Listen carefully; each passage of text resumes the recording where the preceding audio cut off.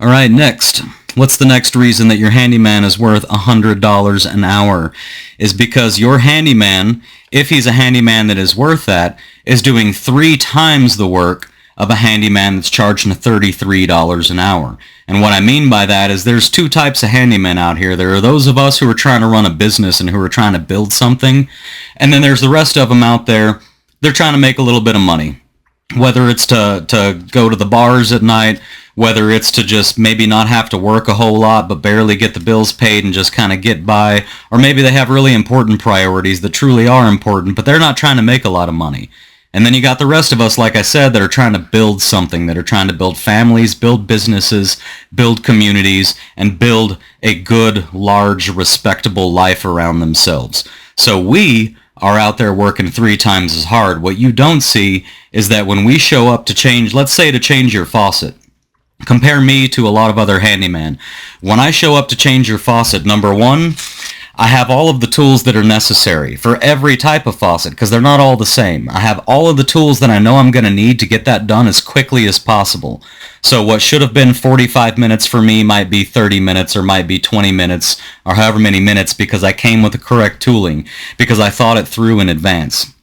It's also because I came with a faucet, because I probably went on Zillow when I was at home and you didn't see that, but I went on Zillow, I looked at pictures of your rental, I saw what kind of faucet was there, and I brought an appropriate replacement faucet with me. So I didn't have to show up at your house, look at your faucet, scratch my head, and then run to Home Depot.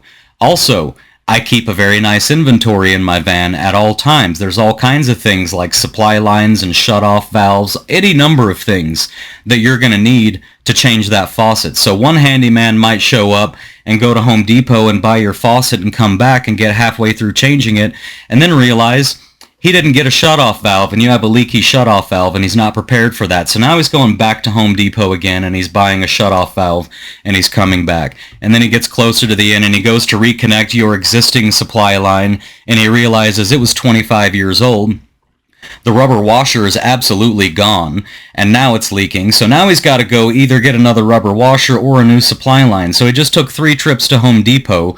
He took twice as long as he should have because he didn't have the proper tooling. He also just didn't have the experience because he's not out here pounding the pavement like we are, so he's only changed 5 or 6 faucets in his entire lifetime, so he's slower at it.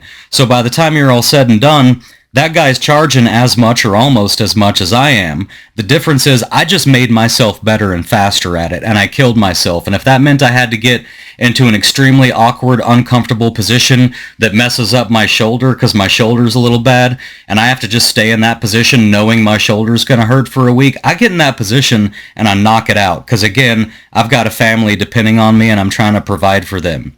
Whereas the other handyman doesn't put himself in that position. He wiggles and squirms and he finds some other way to do it and he gets a different tool and he makes sure he doesn't hurt his shoulder. There are those of us out there who are doing what we need to do to be as fast and efficient as possible to get to that next job, to get that next paycheck, to provide even more for our families, and we've made ourselves 3 times more valuable than the handyman who's charging $33 an hour.